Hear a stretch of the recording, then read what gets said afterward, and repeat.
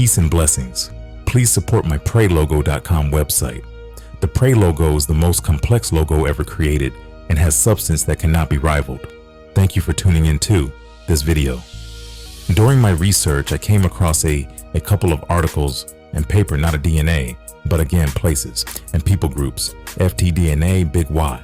700 reports 15% of Somalis males have TL208, and most likely Big Y, mostly under TY 16. 897, which has 19 out of 160 testers from 32 countries. The lion's share of Somalis with T is 12 out of 17. Somali Big Y testers are on the downstream S, NP of T, BY182320. One paper titled A Brief History of Judaism in the Somali Peninsula really stands out. All rights reserved to Aweis A Ali, whom I personally consider the authority on the pre-Islamic history of the Somalia. Of the Africa Nazarene University, who is the Thank for Your Work. This is unedited in its original form. The Copyright Act's fair use doctrine allows the limited use of copyrighted material without permission for certain purposes. The fair use doctrine is outlined in Section 107 of the Copyright Act. This falls well within these guidelines and will be used for Lost Tribe DNA continued research, and for our haplogroup TM70 members who will appreciate this one. A Brief History of Judaism in the Somali Peninsula, May 2021. Authors: Aweis A Ali, Africa Nazarene University Abstract. While Christianity in the Somali Peninsula was in the past marginally examined, Judaism in this world area received far less attention. This negligence is surprising given the recorded history of Jews peacefully living among Somalis for centuries. Some of the Jewry in question were open about their faith, while others were crypto. Jews who practiced their faith in covert ways for fear of persecution. Many of the Jews who lived or simply traversed in the Somali Peninsula as merchants and religious service providers, like circumcision and kosher slaughter of animals, were Adenite and Yemenite Jews. Some other Jews came from the Iberian Peninsula, or even directly from modern-day Israel. The purpose of this paper is to document the often ignored deep roots of Judaism in the Somali Peninsula. Introduction. While Christianity in the Somali Peninsula was in the past marginally examined, Judaism in this world area received far less attention. This negligence is surprising given the recorded history of Jews peacefully living among Somalis for centuries. Some of the Jewry in question were open about their faith, while others were crypto Jews who practiced their faith in covert ways for fear of persecution. Many of the Jews who lived or simply traversed in the Somali Peninsula as merchants and religious service providers, like circumcision and kosher slaughter of animals, were Adenite and Yemenite Jews. Some other Jews came from the Iberian Peninsula or even directly from modern-day Israel. The purpose of this paper is to document the often ignored deep roots of Judaism in the Somali Peninsula. Ethiopian Judaism entered the Somali Peninsula through Somaliland, while Southern Arabia Judaism entered the peninsula primarily through southern Somalia and also through Somaliland, albeit with limited arrivals. While there is no strong evidence of any Somali clans embracing Judaism during the pre-Islamic era, the conversion of individuals and families cannot be ruled out.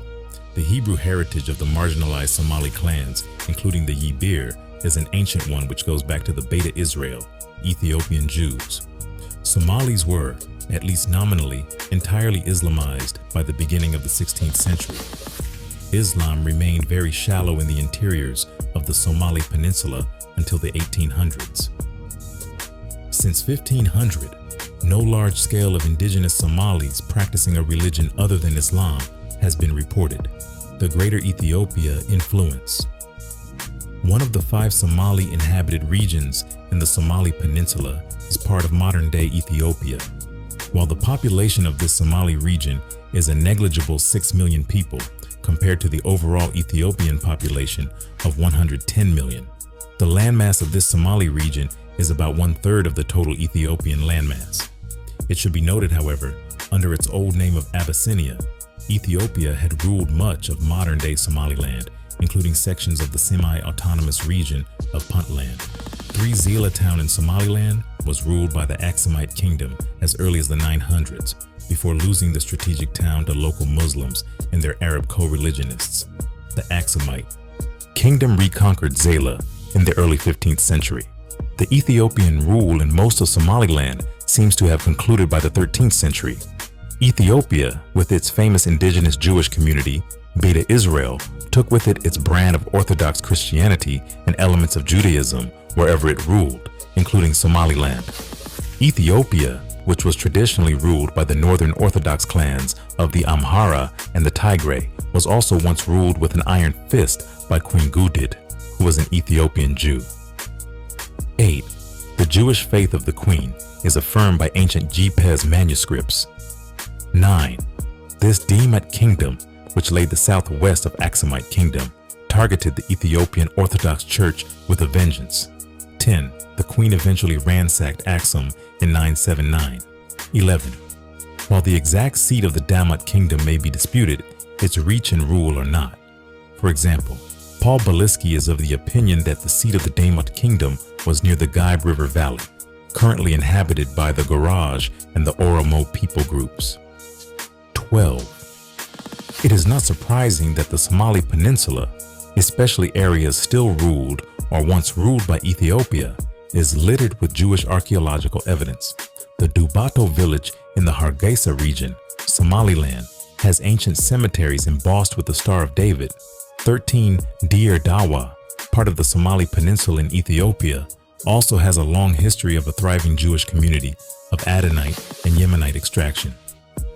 14. Some of the Jews reportedly hailed from India and Greece. However, their ancestry could still have been Adenite or Yemenite. With its metal door embossed with the Star of David, one of the city's synagogues now operates as a cafeteria. This ex-synagogue is located in the Dire Dawa neighborhood of Djibouti. The Jews of Djibouti. The Jews of Djibouti belong to the influential Adenite and Yemenite Jewish diaspora, just like the Jewish communities in the rest of the Somali Peninsula and Eritrea.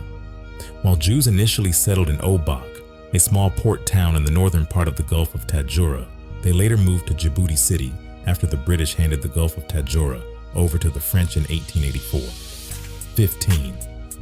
The first documented significant Jewish presence in Djibouti was in the 1800s, which coincides with the French development of Djibouti's port city in the latter years of the 19th century. Djibouti was at this time known as the Côte Française de Somalie. 16. The Jewish community played a significant role in the development of Djibouti city. These professional Jews immigrated from Aden. However, it is unknown whether these Jews were indeed from the Adenite community or were Baladi from the north who simply passed through Aden. Both communities share minhag. There were 50 Jewish families in Djibouti in 1901 and 111 in 1921, 18. Many of the Jews were traders, craftsmen, and jewelers. The several synagogues they frequented included the Grand Synagogue in the heart of the city in Rue de Rome. The Jews of Djibouti were known as expert Hahamim. 19. They were renowned for their superior halakhic knowledge. 20. The most prominent of the last few rabbis of Djibouti was the prominent Haham Yosef Moshe, who also ministered to the Jews of Asmara and Addis Ababa as a skilled mohel performing Jewish rituals, including circumcisions. 21. As the number of Jews in Djibouti dwindled in the 20th century, two phenomena were evident: increased intermarriage between the Jews and natives, and the latter piece conversion to Judaism. Both anomalies vanished from 1948 to 1950, when the majority of the Jews made Aliyah to Israel. Operation Magic Carpet, which the new state of Israel organized in 1949, evacuated 45,000 Yemenite Jews to Israel. This group included 200 Jews from Djibouti, who were also threatened by political unrest. A member of the Jews of Djibouti, Moshe Sion, later recalled, "A plane came from Aden, and we all got on and flew to Israel." 22. While in Djibouti, Moshe's father ministered as a mohel, hazan, posek, and sofer. The Jewish Telegraphic Agency report nonchalantly states, all but 3 Jews of the Jewish community in French Somaliland, Djibouti, have immigrated to Israel, according to information received here by the Organization Department of the World Jewish Congress. 23. The report adds, a letter written by one of the 3 Jews remaining in French Somaliland to Dr. I. Schwartzbarger, director of the WJC Organization Department, reveals that the three have stayed in Djibouti in order to liquidate the affairs of their co-religionists after all other members of the community left for Israel. 24. The Jews living in Djibouti today are expatriates with Jewish roots, as well as just a few isolated, unaffiliated Jews. 25. The Jews of Somalia. There are records which indicate that 100 to 200 Jews moved to Somalia as traders around 1926. Some of these entrepreneuring Jews may have settled the port town of Berbera, where Arab, Indian, and Jewish trading communities once lived. 27. Other Somali coastal towns of Yemenite Jewish presence included Zayla, Mogadishu, and Brava. Hussein A. Bulhan asserts that 3. There are indications that Jewish merchants traded in seaports along the Red Sea and established pockets of small communities wherever commerce and peace prevailed. 28. Oral tradition has it that the 3 last Jewish family left Berbera in 1951 and headed for Djibouti. 29a. Debilitated synagogue still defies anti-Semitism in Berbera. 30. The Jewish neighborhood of Berbera still retains its name, Sakatul Yuhud. Apparently, Somalia peace, current hateful anti-Semitism, is a new phenomenon that came to Somalia with the mother of radical Islam, the Muslim Brotherhood, in the 1970s. A report by the Jewish Telegraphic Agency, JTA, published in 1949 states, 3 WWKUH are no Jews left in Italian and British Somaliland, according to information received here by the Organization Department of the World Jewish Congress. 32 Italian Somaliland and British Somaliland united in 1960 to form the Republic of Somalia. Despite the JTA's pessimistic view of the existence of Somalia Jews post-1949, there is indisputable evidence that both traditional publicly known and crypto Jews resided in Somalia well after 1949. Up until the 19th century, Somalia was home to a diverse trading network, which extended from New York to Yemen to Somalia and continued all the way to Indonesia. 33. However, a significant Somalia Jewish community resided in Somalia until shortly before Somalia's independence in 1960. Interestingly enough, Israel was the first country to recognize Somalia's independence from Great Britain and Italy. Somalia did not return that favor, but instead dispossessed and deported Jews from Somalia in 1967 in response to the Six-Day Arab-Israeli War. While people know about the traditional, publicly known Jewry in Somalia, little is known of the crypto Jews who appear like any other Somali Muslim but practice their faith discreetly. Nancy Hartevelt Kobrin corresponded with 2 crypto Jews of Yemenite descent in Mogadishu from 2007 to 2010. Kobrin exchanged more than 300 emails with the mom, Ashira Habi, and her adult son, Rami. Ramib's dad, Shamul, was killed in the civil war that toppled the Somali government in 1991. This Jewish family has roots in Somalia that exceed a century. Rami's dad traces his ancestry to Aden and his mom to Taiz, both in Yemen. Ashira was a successful textile businesswoman before the Civil War. 3. She kept a kosher home, was Shabbat observant, and raised Rami to continue the tradition. They fought vigorously to preserve their Judaism under extreme duress. 35 Kobrin received the last email in 2010 and has no idea what happened to the mother and her son. The most challenging group of the Somalia Jews to document is the crypto Jews, most of whom are of Adenite or Yemenite origin. These are Jews who practice Judaism discreetly, but outwardly appear to be practicing Muslims. A prominent and wealthy business family from Mogadishu is often rumored to be Yemeni Jews, but the family denies this by claiming to be Ashraf, descendants of Prophet Muhammad. The home of the late patriarch of this family was looted in 1991 after the collapse of Somalia's central government. According to multiple sources, the looted goods, including 3 Jewish scriptures and other religious books, were hidden away in a secret basement. 36. According to Nancy Kobrin, it 3 was common for Yemenite Jews for families to own their own Torah scroll. Rami talked about how they had such an old Torah that they could no longer read the letters, but they knew it was sacrilegious to write or fill in the faded inked letters. 37. This 3 crypto-Jewish family cannot be named in this paper for their own safety. The Yibir clan. The Yibir, the most loathed among the despised Somali minority clans, is probably of an Ethiopian Jewish heritage. 38. The Yibir clan's ancestral home appears to be either Harar or Jigjiga. 39. Both cities are located in eastern Ethiopia and are in close proximity. Zanta'ale, the wife of a powerful Yibir king, Bupur Baper, who ruled parts of northern Somalia around the 12th century, is buried in Harar. However, some think her actual resting place might be in Jigjiga. Zantale P's alleged tomb in Harar attracts a steady stream of Yibir pilgrims. The Yibir are known as ritual specialists with mighty magical powers.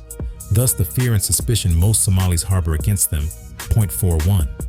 It is noteworthy that the Yibir clan of the Rindil in northeast Kenya, close cousins of the Somalis, are also ritual specialists with alleged powerful curses. However, the Yibir are honored among the Rindil and are not thus despised.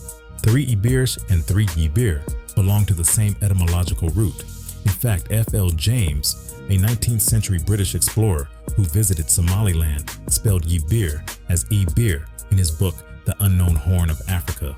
42 King Bur Ba'ayr, who also served as the high priest, was eventually dethroned by a Somali Muslim preacher, Sheikh al-Barkhadl, also known as Sheikh Yusuf Ahmad Kaunin.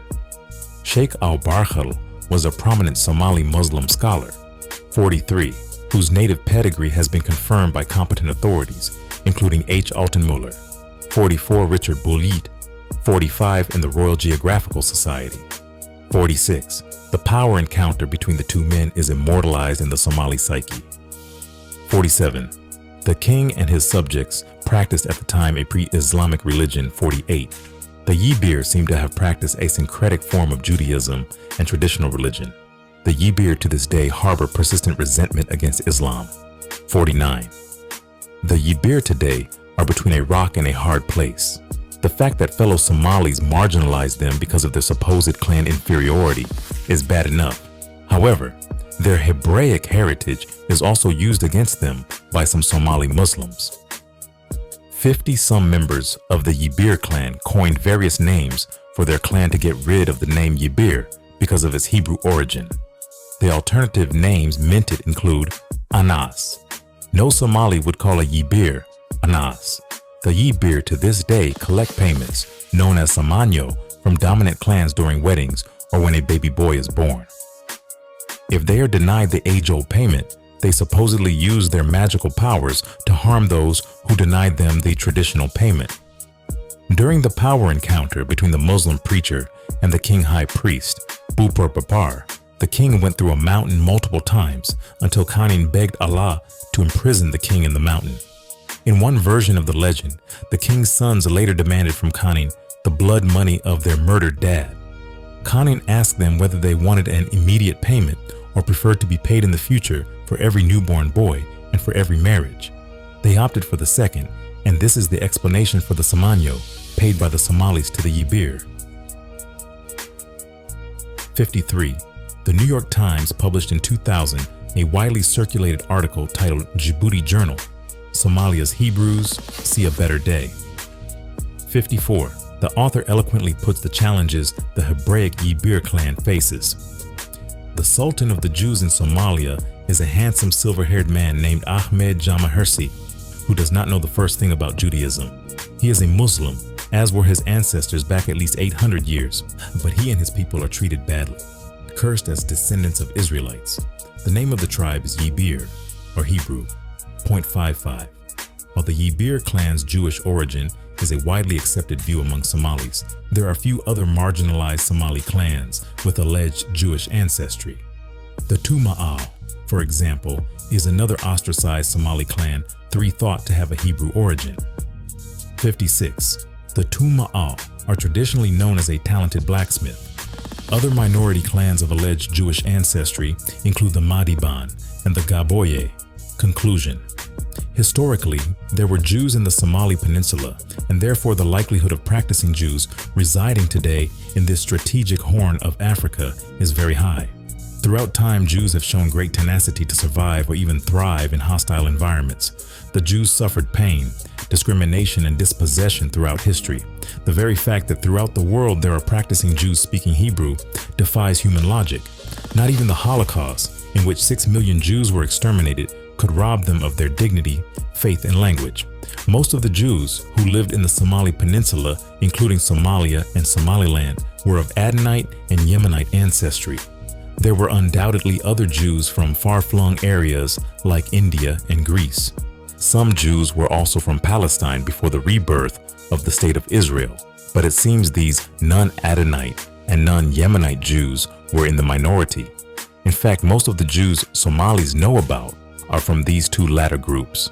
The Yibir Somali clan is not the only native people group with Hebrew ancestry. There are other despised minority clans, including the Tumal, Madhiban, and the Gaboye, which some Somalis view suspiciously because of their rumored Hebrew roots. All these clans are today practicing Muslims. The Yibir is the last Islamized clan of these cohorts of minority clans. Unlike any other Somali clan, these minority clans reside in the 5 regions of the Somali Peninsula: Somalia, Somaliland, Djibouti, Eastern Ethiopia, and Northeast Kenya. Personally, I believe the Proto-Kushites worshippers of Wak would fall in well within in haplogroup E, and more specifically E3b1. T and Somalia would have arrived in the Horn of Africa from Arabia pretty recently in comparison to E. Thank you for watching Lost Tribe DNA. Please like, subscribe, comment, and share.